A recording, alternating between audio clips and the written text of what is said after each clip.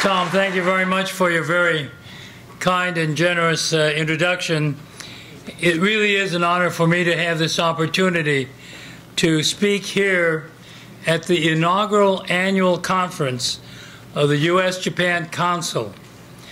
I want to commend Irene Hirano Inoue, Chairman Ino, Vice Chairman Hideki Hamamoto, and all the other organizers for their putting this conference together that focuses on Japanese-American ties to Japan.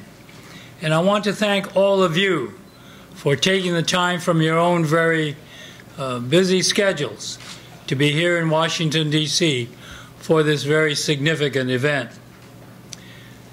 Today, I would like to offer a personal perspective on our relationship with Japan. I speak first of all as an American and as a former member of Congress, a cabinet officer, as Tom has indicated twice over, who knows from a political and official point of view how very important this relationship is to both countries. But I also speak as a Japanese American for whom America's relationship with Japan is very personal. My generation, the Nisei, and at 78 years old, I'm considered a young Nisei, but we are now getting along in years. And I don't want to slight anyone else, but I think it is fair to say that it was the Nisei who are the direct connection, the personal link between Japan and America. It was our parents who were born in Japan, who gave up everything they had and emigrated to the United States to begin a new life. It was our parents who suffered discrimination, sacrificed, worked hard, and who were not allowed to become citizens of the United States until the Walter McCarran Act in 1952, or could not own land in those states that had alien land laws. My generation was born here. We grew up as Americans, but with a strong Japanese flavor. In my case, we spoke English and Japanese at home, and we ate Japanese food, and of course, we had our share of hamburgers and hot dogs as well. We celebrated both Oshogatsu and the 4th of July. I went to San Jose Public Schools, but my parents made sure that I went to Nihon Gakko every day to learn Japanese. If you don't mind, just as an aside, I've got to really smile, because this podium, Tom, is for Vice President Biden. How tall is he? He's got to be 6'2". Now, I'm at 5'7" and 9/16 inch. So if you can see the top of my head.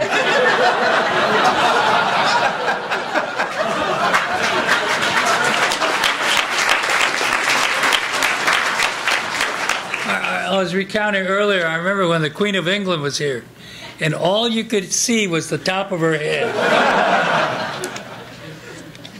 But we were not caught between two countries. My father insisted and told me that we were Americans. As I always say, I am proud to be an American, but I also am very proud of my Japanese heritage. And yet it was my generation, the children of Japanese immigrants born in America, whose loyalty to their country, the United States of America, was questioned in a very personal way. I remember seeing my father cry 3 times. First time on the 7th of December, because he could not understand why the land of his birth was now attacking the land of his heart.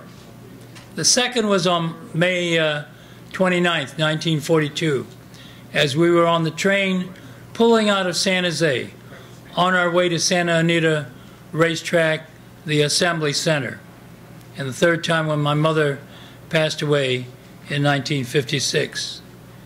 And I also recall seeing my brother, who's 8 years older, crying because he had received his new Selective Service card that day. He had one that said he was 1A, fit and able to serve. And this new one said 4C. And when he found out what 4C was, enemy alien, he couldn't really accept that. And he said as he was crying, "My own country calls me an enemy alien." Now, those who were older than I eventually were able to demonstrate their loyalty to the United States in a very personal and courageous manner.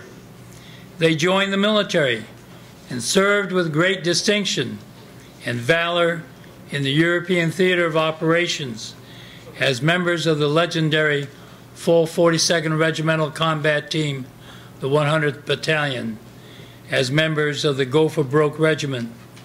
And they served throughout the Pacific as members of the Military Intelligence Service. Now, those who were younger like me remained with our parents in the internment camps.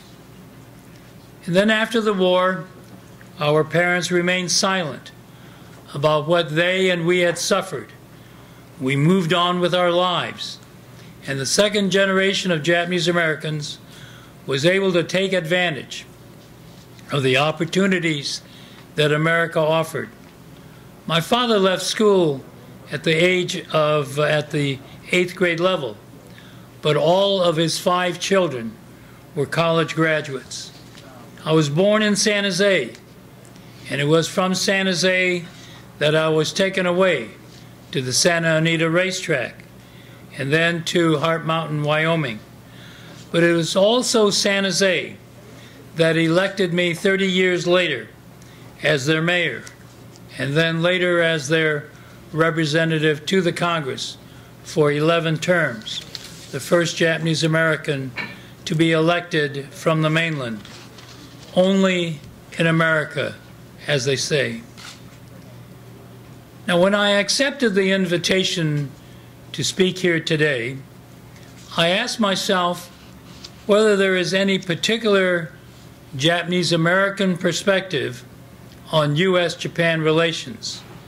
Academics and others often discuss the ethnic factor in foreign policy. But do Japanese Americans think differently about Japan than other Americans? I don't think so. But I do believe, however, that Japanese Americans can make a very important contribution to the future of our relationship with Japan. But let me say what I think the U.S.-Japan Council has right now, and that is a window of opportunity to do something. And we have to seize this opportunity to ensure a strong and vibrant relationship between the United States and Japan for years to come. The Obama administration has now been in office for some 20 months. There is a new government in Japan, and there will be policy changes. We have a changing political and an economic environment in Asia with the rise of China and India. And finally, we have changing demographics in the Japanese American community in the United States. Put simply, the number of Americans who will identify themselves as Japanese Americans in the future and who will feel a personal connection to Japan will decline.